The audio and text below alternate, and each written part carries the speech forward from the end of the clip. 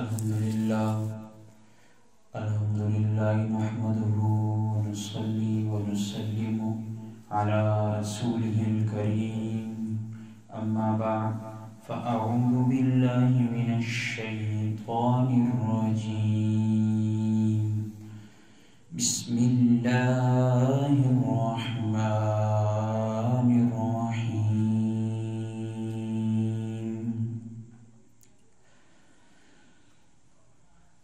فأما من أعطى واتقى وصدق بالحسنى فنيسره لليسرى وأما من بخل واستغنى وكذب بالحسنى فنيسره للعسرى صدق الله العظيم اللهم صل على محمد وعلى آل محمد كما صليت على إبراهيم وعلى آل إبراهيم إنك حميد مجيد اللهم بارك على محمد وعلى آل محمد كما باركت على إبراهيم وعلى آل إبراهيم إنك حميد مجيد میرے محترم سامعین، امت مسلمہ کے غیرت مند مسلمانوں، دوستوں، بھائیوں، آپ کے سامنے قرآن مجید 30ویں پارے سورۃ اللیل کی 2-3 آیات تلاوت کی ہیں۔ جیسا کہ آپ کو معلوم ہے جمادی الثانی کا مہینہ شروع ہے اور اس مہینے کے 22 تاریخ کو حضرت ابوبکر صدیق رضی اللہ تعالی عنہ جو کہ خلیفۃ الرسول بھی ہے، یار غار بھی ہے، سسر پیغمبر بھی ہے اور حضور صلی اللہ علیہ وسلم کے سب سے بڑے عاشق بھی ہیں، ان کی وفات کا دن ہے۔ یہ چند آیات تلاوت کی ہیں۔ آج خراج تحسین، خراج عقیدت کے لیے حضرت ابوبکر صدیق رضی اللہ تعالی عنہ کے حوالے سے چند باتیں ذکر کروں گا۔ محترم سامعین، حضرت ابوبکر صدیق رضی اللہ تعالی عنہ کے حوالے سے اللہ تعالیٰ نے سورۃ اللیل میں ان آیات میں 3 صفات ذکر فرمائی ہیں اور وہی 3 صفات آپ کے سامنے ذکر کروں گا، اور ان کے دشمنوں اور ان کے مخالف گروہ کے بھی 3 صفات اللہ نے ذکر فرمائے ہیں۔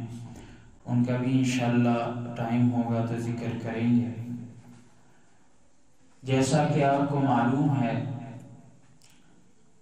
آپ صلی اللہ علیہ وسلم جب اللہ تعالیٰ نے تاج نبوت سے نوازا، فاران کی چوٹھی پر حضور صلی اللہ علیہ وسلم نے نعرہ اسلام بلند کیا،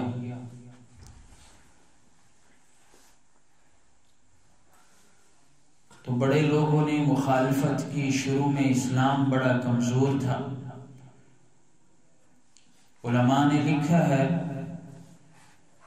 کہ سب سے پہلے جس نے اسلام قبول کیا خواتین میں حضرت خدیجۃ الکبریٰ رضی اللہ تعالی عنہا جو امہات المومنین میں سے ہے، حضور صلی اللہ علیہ وسلم کی بیوی، انہوں نے خواتین میں سب سے پہلے اسلام قبول کیا،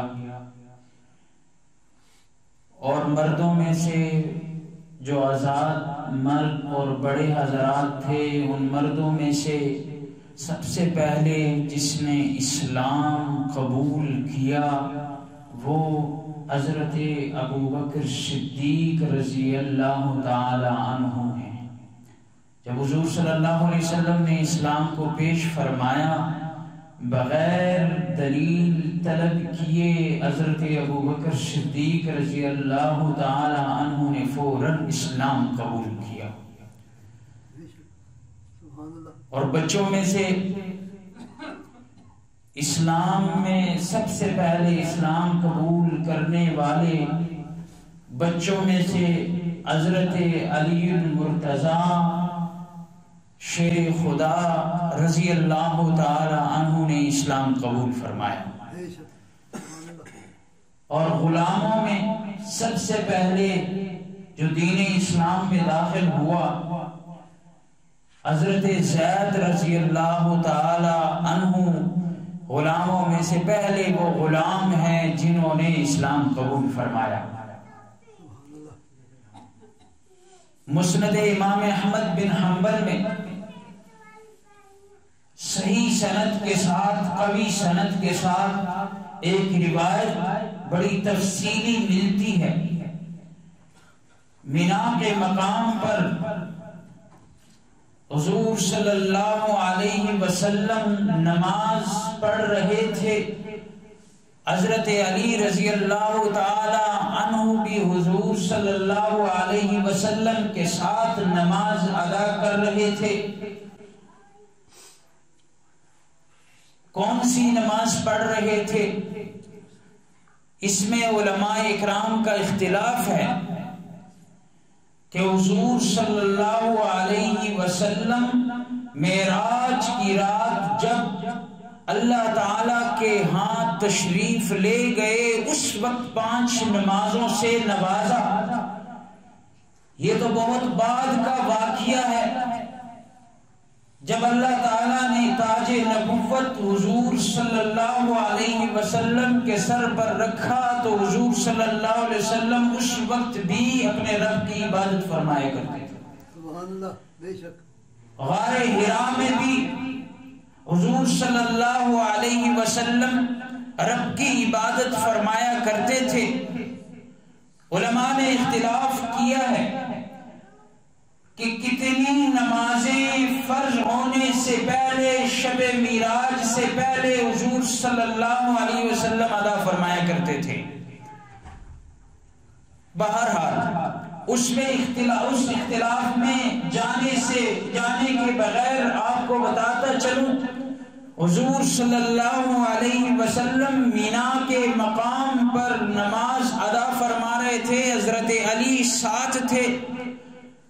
حضرت علی رضی اللہ تعالیٰ عنہ چونکہ بچوں میں سے پہلا بچہ ہے جس نے اسلام قبول کیا، حضور صلی اللہ علیہ وسلم نے جب حضرت علی کرم اللہ وجہہ کے اوپر اسلام کو پیش کیا کہ اللہ تعالیٰ نے مجھے نبوت سے نوازا ہے، رب تعالیٰ نے مجھے ایک نیا دین دیا ہے، اللہ ایک ہے، اس کا کوئی شریک نہیں، علی آجا تو بھی میرے دین پہ آجا۔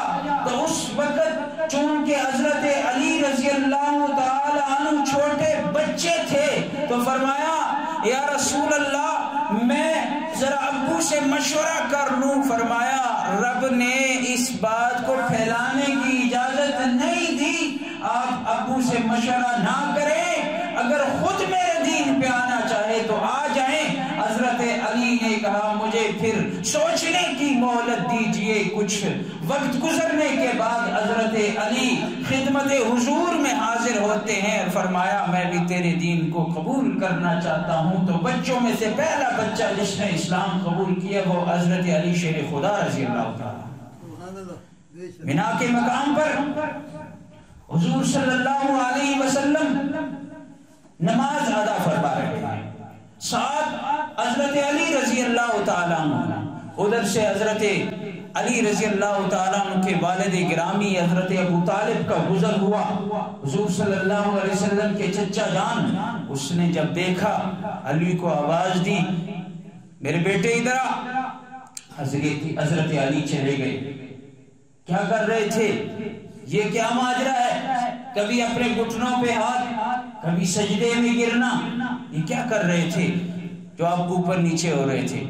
حضرت علی رضی اللہ تعالی نے فرمایا، ابو جان، میرے کزن، میرے چچے کے بھائی حضرت محمد الرسول اللہ وہ کہہ رہے ہیں کہ اللہ نے مجھے نبی بنایا ہے اور اللہ نے مجھے یہ عبادت بھی دی ہے، صرف ایک اللہ ہے، اس کے علاوہ کوئی خدا نہیں، کوئی عبادت کے لائق نہیں، ان کا یہ دعویٰ ہے۔ حضرت ابو طالب نے جب یہ بات اپنے بیٹے حضرت علی رضی اللہ تعالیٰ عنہ کی سنی، مسند امام احمد میں موجود ہے، تو کہنے لگے، بیٹے یہ محمد جو ہے نا، یہ میرا بھتیجا ہے، چھوٹا، میں نے اسے بڑا کیا ہے، میں نے جب سے اسے دیکھا ہے یہ کبھی بھی غلط راستے پر نہیں ہوگا۔ بیٹے حضرت محمد الرسول اللہ یہ میرے بھتیجے ہیں، جب سے میں نے اسے دیکھا ہے میں سمجھا ہوں کہ یہ حق پہ ہے۔ حضرت محمد الرسول اللہ آپ کو جو بھی بات کہے، جو بھی طریقہ بتائے وہ حق طریقہ ہوتا ہے۔ بیٹے اس کا ساتھ دینا، اگر محمد الرسول اللہ کا ساتھ دو گے کبھی بھی غلط راستے پہ تم نہیں چلو گے، وہ سیدھا راستہ راہ ہدایت ہی ہوگا۔ اسی طرح حضرت علی کے دوسرے بھائی ہیں حضرت جعفر رضی اللہ تعالیٰ، حضرت جعفر نے بھی حضور صلی اللہ علیہ وسلم کے ساتھ نماز ادا کی، اور ابو نے بلایا، پوچھا بیٹے کیا کر رہے ہو؟ تو انہوں نے بھی یہی کہا، تو حضرت علی نے فرمایا، حضرت ابو طالب نے فرمایا، یہ محمد کا راستہ کبھی جھوٹا راستہ نہیں ہو سکتا۔ حضور صلی اللہ علیہ وسلم نے جب اپنے چاچو کی بات سنی تو سوچا شاید مسلمان ہو جائے، تو دعوت فکر دینے کے لیے چلے گئے، دعوت دین اسلام دینے کے لیے چلے گئے۔ چاچو مجھے تو اللہ نے دین اسلام سے نوازا ہے، اللہ نے مجھے نبی بنایا ہے، اگر آپ بھی کلمہ پڑھ لی اس میں داخل ہو جائیں۔ ابو طالب کہنے لگے، بیٹا بھتیجا میں سمجھ رہا ہوں، لیکن میرا تیرے ساتھ وعدہ ہے کہ میں تیرا مددگار تو ہوں گا، تیری مدد تو کروں گا، لیکن اپنے باپ دادا کا دین نہیں چھوڑ سکتا۔ اللہ تعالیٰ نے ان کے نصیب میں ہدایت نہیں لکھی تھی۔ ابو طالب اتنے عاشق تھے حضور صلی اللہ علیہ وسلم کے، اپنے بھتیجے کے دین کے بڑے اشعار انہوں نے کہے ہیں، لیکن اشعار کہنے سے کوئی جنت نہیں جاتا، حضور کی پیروی کرنے سے جنت جاتا ہے۔ تو میرے محترم سامعین، اس وقت حضرت علی رضی اللہ تعالیٰ نماز پڑھ رہے تھے، ادا کر رہے تھے، تو حضرت علی رضی اللہ تعالیٰ بچوں میں سے پہلا بچہ جس نے اسلام قبول کیا، اور حضرت ابو بکر صدیق رضی اللہ تعالیٰ عنہ مردوں میں سے پہلا مرد جس نے اسلام قبول کیا۔ ابن خلقان میں وفیات الاعیان ایک کتاب لکھی ہے، اس نے ایک عجیب بات لکھی ہے کہ جب حضرت ابو بکر صدیق رضی اللہ تعالیٰ عنہ کی پیدائش ہوئی، جب وہ پیدا ہوئے تو ان کی والدہ کہتی ہے کہ مجھے غیب سے آواز آئی، میرے گھر سے آواز آئی، کوئی نظر نہیں آ رہا تھا لیکن آواز آئی، یا امت اللہ بالتحقیق ابشری بالولد العتیق اسمہ فی السماء صدیق وبمحمد بالغار رفیق۔ اے اللہ کے بندی، تیرے لیے خوشخبری ہے، یہ بچہ تحقیق کے ساتھ پکی بات ہے، یہ تیرا بچہ آزاد جن رہا ہے، اور تیرے لیے یہ خوشخبری ہے کہ اس بچے کا نام آسمانوں میں صدیق ہے، اور یہ محمد الرسول اللہ کا یار غار ہوگا، غار کا رفیق ہوگا۔ سبحان اللہ، بے شک۔ ابن خلقان میں وفیات الاعیان ایک کتاب لکھی ہے، اس نے ایک عجیب بات لکھی ہے کہ جب حضرت ابو بکر صدیق رضی اللہ تعالیٰ عنہ کی پیدائش ہوئی، جب وہ پیدا ہوئے تو ان کی والدہ کہتی ہے کہ مجھے غیب سے آواز آئی، میرے گھر سے آواز آئی، کوئی نظر نہیں آ رہا تھا لیکن آواز آئی، یا امت اللہ بالتحقیق ابشری بالولد العتیق اسمہ فی السماء صدیق وبمحمد بالغار رفیق۔ اے اللہ کے بندی، تیرے لیے خوشخبری ہے کہ اس بچے کا نام آسمانوں میں صدیق ہے، اور یہ محمد الرسول اللہ کا یار غار ہوگا۔ غار کا رفیق ہوگا۔ یہ آواز آئی تو صدیق کہنے کی وجہ بھی یہی ہے کہ جب حضور صلی اللہ علیہ وسلم نے اسلام پیش کیا تو حضرت ابوبکر صدیق رضی اللہ تعالی عنہ نے جو ہی ان کی بات سنی فوراً کہا یا رسول اللہ میں آپ کے دین اسلام کو قبول کر رہا ہوں، مجھے دلیل دینے کی ضرورت نہیں، بغیر دلیل کے آپ کے دین کو میں نے قبول فرما لیا۔ اسی وجہ سے ان کو صدیق کہتے ہیں۔ اور خود عرض کر رہے ہیں کہ میں نے دو واقعات عجیب دیکھے ہیں۔ حضرت ابوبکر صدیق رضی اللہ تعالیٰ فرماتے ہیں ایک واقعہ علامہ سیوطی رحمت اللہ علیہ نے اپنی کتاب میں لکھا ہے کہ ایک مرتبہ میں کسی تجارت والے قافلے کے ساتھ یمن کی طرف چلا گیا تو وہاں پہ مجھے کچھ کام پڑ گیا، قافلے سے علیحدہ ہو کے وہاں پہ جب چلا گیا تو میں نے دیکھا کہ یہ واقعہ علامہ سیوطی ابن خلقان رحمت اللہ علیہ نے لکھا ہے کہ مجھے کوئی کام پڑ گیا، میں چلا گیا، واپس آیا تو قافلہ مجھ سے چلا گیا تھا، میں بڑا پریشان ہو گیا، بیابان ہے، جنگل ہے، جاؤں تو کہاں جاؤں؟ اللہ کا کیا دیکھیں، بادل آ گئے، بارش برسنے لگی، طوفان آیا، سردی کی وجہ سے میں کانپنے لگا، میرے کپڑے، خردونوش کی اشیاء، سارا کچھ میرے سامان میں رکھا ہوا، قافلہ تو چلا گیا، میں بڑا پریشان، جنگل بیابان میں چور اور درندے، جاؤں تو کہاں جاؤں؟ رات ہوئی، رات کا جب اندھیرا چھایا تو دور مجھے ایک روشنی نظر آئی آگ کی، عرب لوگ اس کو منار کہتے ہیں، یہ روشنی اکثر وہ جلایا کرتے تھے تاکہ یہاں سے قافلے والوں کو پتہ چلے کہ یہاں بھی ایک گاؤں ہے، کچھ لوگ رہتے ہیں، تاکہ یہ قافلہ تجارت وہیں پہ آ جائے، کچھ لے کچھ دیں تاکہ ہمارا بھی کام چلتا رہے۔ اسی سے آج کل جو یہ منارے بنتے ہیں نا مسجدوں کے، مینار مسجد کی مینار، یہ مینار اصل میں منار ہے، اس وجہ سے لوگوں کو بتانے کے لیے کہ ہم یہاں پہ رہتے ہیں، اس میں آگ جلایا کرتے تھے۔ حضرت ابوبکر صدیق رضی اللہ عنہ فرماتے ہیں جب میں نے دیکھا آگ جل رہی ہے تو سوچا یہی آبادی ہے تو اس کی طرف جاتا ہوں، بارش برس رہی ہے، میں جب قریب گیا دروازہ بند تھا، دروازہ کھٹکھٹایا، جب دروازہ کھٹکھٹایا تو ایک آدمی نے مجھے اوپر سے آواز دی، کون؟ کہاں سے آئے؟ میں نے کہا ایک عام ابوبکر ہوں، قافلے سے بچھڑ گیا ہوں، تو لہٰذا مجھے رات کے لیے جگہ چاہیے، میں اس بیابان میں کہاں جاؤں؟ تو اس نے آگے سے کہا کہ ہمارا قانون ہے، عیسائیوں کا عبادت خانہ تھا، ہمارا قانون ہے کہ جب مغرب کو ہم دروازہ بند کرتے ہیں پھر صبح ہمارا دروازہ کھلتا ہے، پہلے نہیں کھلتا۔ تو انہوں نے کہا میں مکی ہوں، پھر قریشی ہوں، مکے میں لوگ بیت اللہ کے طواف کے لیے جاتے تھے تو مکے والوں کی عزت ہوا کرتی کہ میں مکی ہوں، مسافر ہوں، قریشی ہوں، دروازہ کھول دے، میں جاؤں تو کہاں جاؤں؟ کہ ایک دوسرا بندہ آیا، اوپر سے ایسے لائٹ مارا اور کہا کہ کون؟ میں نے پھر تعارف کروایا کہ میں فلاں ہوں، مکے کے رہنے والا ہوں، قریشی ہوں، فلاں قریشی میرا قبیلہ ہے۔ تو آگے سے اس نے جب مجھے دیکھا تو دروازہ کھولا، اندر مجھے کمرے میں لے گئے، میں تو کانپ رہا تھا، آگ سامنے رکھی مجھ کو، میں آگ سیکھی، گرم ہوا اور بڑا وہ زبردست قسم کا، اور اس نے اکرام کیا، کھانا کھلایا، گویا کہ یہ مجھے جانتا ہے، ایسے میری مہمان نوازی کی۔ مہمان نوازی کے بعد مجھے کہا، مجھے تسلی دی کہ آپ بے غم رہیں، آپ قافلے سے بچھڑ گئے ہیں، ہم آپ کو قافلے کے ساتھ ملائیں گے، سیدھے آپ مکے چلے جائیں گے، پریشان نہیں ہونا، یہ آپ کی اپنی جگہ آپ سو جائیں۔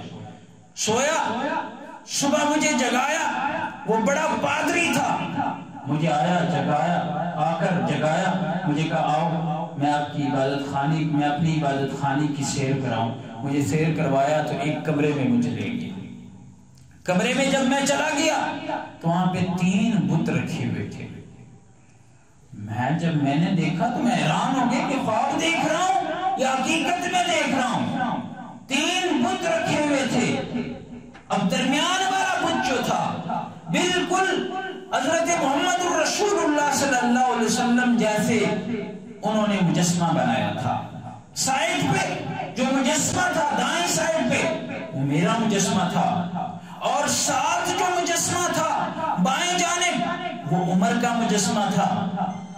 مجھے پادری نے، میں تو بڑا حیران ہو گیا کہ مجھے دیکھا نہیں ہے، میرا مجسمہ کیسے بن گیا. تو پادری نے مجھے کہا جانتے ہو یہ کیا ہے، یہ کون ہے؟ درمیان والا. میں نے کہا ہاں ہمارے گاؤں میں ایک لڑکا نوجوان رہتا ہے، نام محمد ہے. یہ تو محمد ہے. یہ صاحب کون ہے؟ اپنے آپ کو تو ظاہر بات ہے ہر کوئی پہچانتا ہے کہ یہ تو ابو بکر میرا مجسمہ لگ رہا ہے. اور یہ ساتھ کون ہے؟ کہا یہ تو ہمارے گاؤں میں ایک لڑکا ہے، مکے میں رہتا ہے، عمر نام ہے، وہ ہے. اچھا. کہا کہ میں پادری ہوں، تورات زبور انجیل تمام کتابوں کا عالم ہوں، حافظ ہوں. مجھے پتا ہے، میں نے اپنی کتابوں سے دیکھ کر یہ مجسمے بنائے ہیں، اور یہ مجسمہ جو درمیان میں ہے یہ آخری نبی ہوگا جس کا نام ہے محمد بن عبداللہ، اور اس کا جو خلیفہ ہے ہماری کتابوں میں وہ آپ ہوں گے، اور اس کا تیسرا خلیفہ جو ساتھ والا ہے عمر ہوگا. میں سن کر حیران ہوا. وہاں سے پھر میں نکلا اور چل دیا، واپس آ گیا. اسی طرح دوسری ایک روایت خصائص کبریٰ میں علامہ سیوطی رحمۃ اللہ علیہ نے واقعہ لکھا ہے. حضرت ابوبکر صدیق فرماتے ہیں میں شام چلا گیا. شام جب چلا گیا وہاں پہ ایک بندہ آیا، مجھے دیکھنے لگا، اوپر سے نیچے تک دیکھا، پھر اندر چلا گیا، کتاب لے کے آیا. وہ بھی تورات زبور کا عالم تھا، کتاب لے کے آیا، کتاب کو دیکھا تو مجھے کہا آپ کا نام کیا ہے؟ میں نے کہا ابو بکر. عبداللہ نام ہے. جی کس کے بیٹے ہو؟ ابو قحافہ عثمان کا بیٹا ہوں. کون سا قبیلہ ہے؟ قریش کا. کہاں رہتے ہو؟ مکے سے آیا ہوں. سارا چیز، ساری ڈیٹا، یعنی وہ سارا نسب نام پوچھ کر بعد میں مجھے بتانے لگے اپنا ران دکھاؤ. میں نے کہا میں ران کسی کو نہیں دکھاتا. آگے سے اس نے کہا نہیں مجھے کام ہے، اپنا ران دکھاؤ. میں نے کہا نہیں، کیا کام ہے آپ کا مجھ سے؟ تو ساتھیوں نے کہا، اپنے قافلے والوں نے، یار دکھا دو کیا ہے، اس کو کام ہے. تو یہ اتنا باریکی میں پوچھ رہا ہے کہ میں نے ران دکھایا، میرے ران پہ کالا نشان تھا. تو کہنے لگا میں ویسے ران میں نے نہیں دیکھا، یہ میں نے علامت دیکھی. یہ کالا نشان ہمارے کتابوں میں مذکور ہے کہ نبی آئیں گے جس کا نام حضرت محمد الرسول اللہ ہوگا، اور اس کا پہلا خلیفہ خلیفۃ الرسول حضرت ابوبکر صدیق، وہ آپ ہی ہیں، آپ پہلے خلیفہ حضرت محمد الرسول اللہ کے ہوں گے. فرمایا جب رسول اللہ صلی اللہ علیہ وسلم نے مجھے دعوت اسلام دی، میں نے کہا یا رسول اللہ بغیر دلیل کے میں مسلمان ہونا چاہتا ہوں، بغیر دلیل، لا الہ الا اللہ محمد الرسول اللہ. کلمہ پڑھا، کلمے کے بعد میں نے عرض کی یا رسول اللہ کوئی ایک دلیل تو مجھے بتا دیں. وہ اس وجہ سے نہیں، میں نے تو اسلام قبول کر لیا، دل کے اطمینان کے لیے. کہا کہ شام گئے تھے، وہ پادری نے جو آپ کا ران چیک کیا تھا وہ، تو میں سمجھ گیا حضور صلی اللہ علیہ وسلم نے مجھے بتلا دیا. کتابوں میں عجیب بات لکھی کہ اس کو علم غیب رسول نہیں کہتے ہیں، اس کو معجزہ رسول کہتے ہیں، کہ جس سے ذہن بھی عاجز ہو اور کرنے سے بھی بندہ نہ کر سکے، اس کو معجزہ کہتے ہیں. معجزہ جب رب چاہے تو ظاہر ہوتا ہے. علم غیب ہمیشہ ایک انسان کے ساتھ لگا رہتا ہے. ہر والا واقعہ آپ نے سنا ہوگا، غزوہ موریسی، تیمم کی آیات جو قرآن میں نازل ہوئی، حضرت عائشہ سے ہار گم ہو گیا. اب نماز کا وقت، ابو بکر غصے ہو رہے ہیں، بیٹی آپ کی وجہ سے یہ سارا قافلہ لیٹ ہو رہا ہے، ابھی وضو کے لیے پانی نہیں، نماز کا وقت. حضور چپ ہیں، خاموشی اختیار کیے ہوئے ہیں. اللہ نے تیمم کی آیات نازل فرما دی، پریشان نہیں ہونا، پانی نہ ہو فتیمموا صعیدا طیبا، تو پاک مٹی سے تیمم کر لو. فہار گم ہونے کی وجہ سے حضور صلی اللہ علیہ وسلم، یہ معجزہ ہوتا ہے، کبھی کبھی اللہ چاہے تو فوراً ظاہر فرما دیتے ہیں نبی کے ہاتھ پر. اور علم غیب جو ہوتا ہے وہ ہر وقت انسان کے ساتھ قائم ہوتا ہے. حالانکہ قرآن و حدیث دیکھیں بڑے ایسے واقعات ہیں کہ حضور صلی اللہ علیہ وسلم نے اس وقت اس چیز کا جواب نہیں دیا، وحی کا انتظار فرمایا ہے. بہرحال حضرت ابوبکر صدیق رضی اللہ تعالیٰ عنہ پہلے آدمی جنہوں نے اسلام قبول کیا. آپ کے سامنے سورۃ اللیل کی 2-3 آیات ذکر کی ہیں. حضور صلی اللہ علیہ وسلم نے، اللہ تعالیٰ نے حضرت ابوبکر صدیق رضی اللہ تعالیٰ عنہ کے حوالے سے یہ 3 نشانیاں بیان فرمائی. فَأَمَّا مَنْ أَعْطَى، سب سے پہلے فَأَمَّا مَنْ أَعْطَى کہ حضرت ابوبکر صدیق رضی اللہ تعالیٰ عنہ وہ شخصیت آتا جو سب سے زیادہ دینے والے تھے اللہ کے راستے میں. اب اس کی تفصیل میں جاؤں تو ایک علامت پہ ایک جمعہ چاہیے، 1 گھنٹہ تقریر اس پہ چاہیے، لیکن آپ کو 2 باتیں بتا دیتا ہوں، 2-3 باتیں. حضرت ابوبکر صدیق رضی اللہ تعالی عنہ وہ صحابی ہیں، وہ عاشق رسول ہیں جس نے اسلام کے لیے اپنا تن من دھن سارا کچھ پیش کر دیا.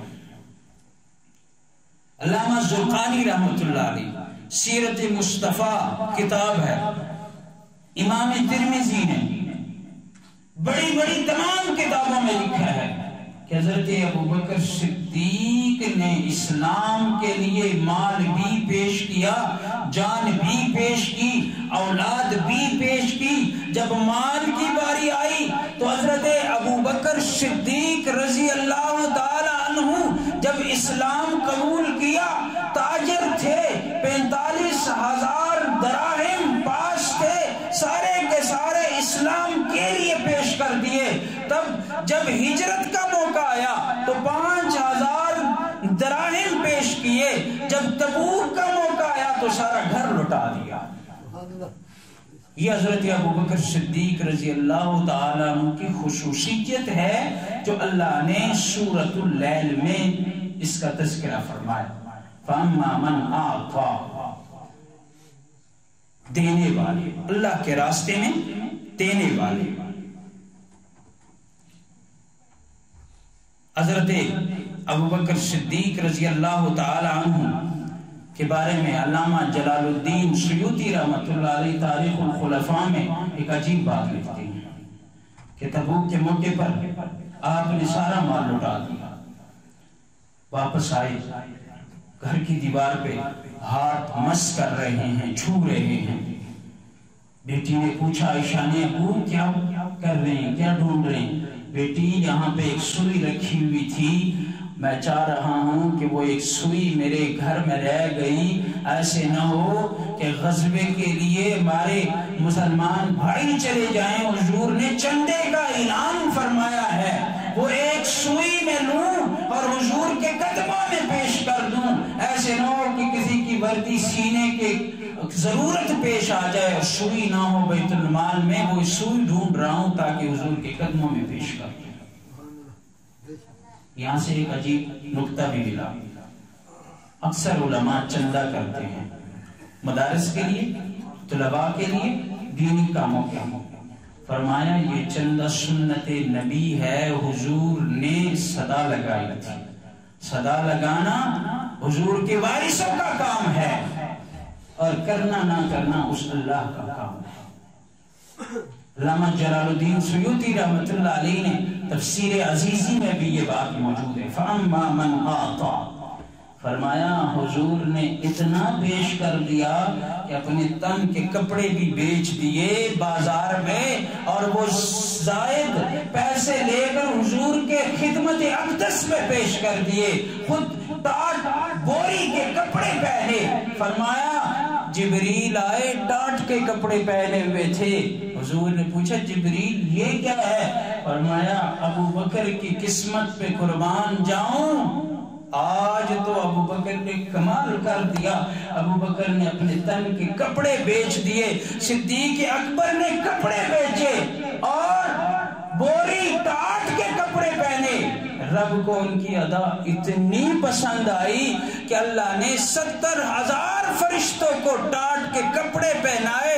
کہا جب تک میرے ابو بکر کے تن پہ یہ کپڑے سجے ہوں گے تمہارے تن پہ بھی یہ کپڑے سجے ہوں گے. اور جا جبریل میرے محبوب سے کہنا کہ اپنے عاشق پہ میرا سلام پیش کر دیجیے. یہ حضرت ابو بکر صدیق رضی اللہ عنہ کی پہلی خاصیت. اللہ نے سورۃ اللیل میں ارشاد فرمایا فَأَمَّا مَنْ أَعْطَى, زیادہ دینے والے. آتا اس کو کہتے ہیں جو دے بدلہ اللہ سے لی. آج کل ہم دیتے ہیں نا, کسی کو شہرت پیاری ہوتی ہے اس کی شہرت کی غرض سے دیتے ہیں, کسی کو نام, کوئی اس وجہ سے کہ مجھے سخی کہے, کوئی کس وجہ سے, کوئی کس وجہ سے. لیکن قربان جاؤں حضرت ابو بکر صدیق سے انہوں نے خرچ کیا تو صرف اللہ کے لیے اور اللہ کے رسول کے لیے خرچ کیا. اور دوسری بات فرمایا حضرت ابو بکر صدیق رضی اللہ عنہ کی دوسری صفت فَأَمَّا مَنْ أَعْطَى, دوسری صفت وَاتَّقَى, تقویدار. حضور صلی اللہ علیہ وسلم نے حضرت ابو بکر صدیق رضی اللہ عنہ جب پیدا ہوئے تو ان کی والدہ کو غیبی آواز آئی کہ آپ کا جو بچہ ہے نا, ابشری بالولد العتیق اسمہ فی السماء صدیق وبمحمد بالغار رفیق. وہاں پہ بھی صدا جب آئی کہ یہ پاک بچہ ہے, اللہ نے اس کو تقوی دار بنایا تھا. قبل از اسلام کی اگر ان کی زندگی پہ نظر ڈالی جائے تو بڑی پیاری زندگی, بڑی پیاری سیرت ہے. لیکن حضور صلی اللہ علیہ وسلم کے ہاتھ پر جب اسلام قبول کیا, پیارے آقا صلی اللہ علیہ وسلم سے 2 سال چھوٹے 38 سال کی عمر میں جب اسلام قبول کیا, حضور صلی اللہ علیہ وسلم 40 سال, حضرت ابو بکر صدیق 38 سال کے جب اسلام قبول کیا تو حضور صلی اللہ علیہ وسلم نے حضرت ابو بکر صدیق کے بارے میں ارشاد فرمایا, ترمذی کی روایت ہے, فرمایا انت صاحبی علی الحوض وصاحبی فی الغار. آپ تو یہاں چھوڑے غار بھی آپ ہیں, لیکن کل قیامت والے دن حوض پہ بھی میرے ساتھی آپ ہوں گے.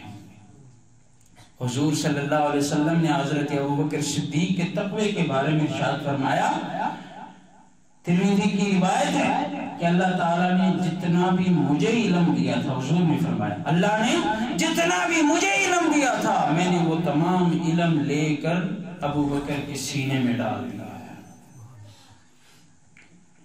تقوی کا عالم یہاں سے.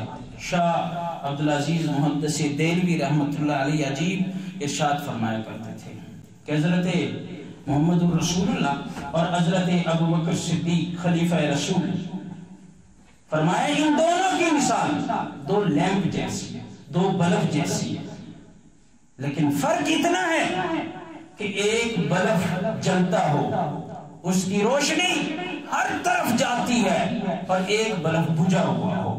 فرمایا صرف فرق اتنا ہے کہ اللہ نے حضور صلی اللہ علیہ وسلم کو نبوت سے نوازا, گویا کہ وہ بلتے ہوئے جلتے ہوئے بلب کی طرح ہے, اس کی روشنی رائے ہدایت نور تمام جہانوں میں پھیل گیا. اللہ نے نبوت سے نوازا, اور حضرت ابو بکر صدیق کو اللہ نے نبوت سے نہیں نوازا, اس کی مثال بند بلب جیسے ہے, لیکن فرق صرف اتنا ہی ہے کہ حضور صلی اللہ علیہ وسلم کا کامل عکس صداقت کسی نے دیکھنا ہو تو وہ حضرت ابو بکر صدیق کو دیکھ. یہ دوسری صفت حضرت ابو بکر صدیق رضی اللہ تعالیٰ عنہ کی ہوئی. اور تیسری صفت وصدق بالحسنى, ہمیشہ حضور صلی اللہ علیہ وسلم کے دربار میں رہتے ہوئے اسلام قبول کرنے کے بعد اللہ صفت بیان فرما رہے ہیں کہ ابو بکر نے کبھی بھی اپنی رائے نہیں دی, جب بھی ان کے سامنے اسلام آیا تو تصدیق کر دی. ایک مرتبہ واقعی افک جب پیش آیا, حضرت عائشہ رضی اللہ تعالی عنہا امہات المومنین ان دلیب گلشن رسول پر جب تہمت لگی، منافقین نے تہمت لگائی، آپ صلی اللہ علیہ وسلم نے رائے طلب کی۔ حضرت ابو بکر صدیق کی باری آئی، آپ کیا کہتے ہیں؟ فرمایا یا رسول اللہ میں کیا کہہ سکتا ہوں، میری تو بیٹی ہے، ابو بکر کی تو بیٹی ہے۔ وہاں پہ بھی رائے نہیں تھی۔ اسی کو دیکھتے ہوئے حضور صلی اللہ علیہ وسلم نے فرمایا اللہ، ابو بکر تو وہ ہے، وہ میرا ساتھی جس نے وفا کر دیا، اسلام کے راستے میں میری خدمت میں اپنا سر بھی پیش کر دیا، غار میں میرے ساتھ چلے گئے، سانپ سے میری حفاظت کی۔ اللہ میرے راستے میں، میری وفا میں حضرت ابو بکر صدیق نے تو اپنا سارا مال لٹا دیا، اللہ حضرت ابو بکر صدیق نے اپنی جان کے علاوہ، اپنی مال کے علاوہ اپنے تمام گھر والوں کو لٹا دیا۔ میری خدمت بھی ابو بکر صدیق نے کی، وفا کی، میری خدمت میں حضرت عائشہ بھی میرے نکاح میں دے دی، ان کی دوسری بیٹی حضرت اسماء میری کھانے کی خدمت کے لیے 6000 فٹ اونچی پہاڑی غار سور پہ چڑھ کے جاتی تھی۔ اللہ ان کا غلام بھی دودھ پلانے کی غرض سے بکریاں لے کے آیا کرتا تھا۔ اللہ ان کا پورا گرانا میری خدمت میں پیش ہے۔ اللہ میں ابو بکر کا حق ادا نہیں کر سکتا، تو ابو بکر کا حق ادا فرما دے۔ اور کل قیامت والے دن حدیث پاک میں ارشاد گرامی فصدق بالحسنی، کل قیامت والے دن 8 دروازے جنت کے کھلے ہوں گے، ہر دروازے سے صدا آئے گی ابو بکر میرے سے ہو کے اندر جنت داخل ہو جاؤ۔ یہ حضرت ابو بکر صدیق رضی اللہ تعالی عنہ کے فضائل کچھ میں نے آپ کے سامنے پیش کی، اور یہ 3 صفات جس کے اندر بھی ہوں گی۔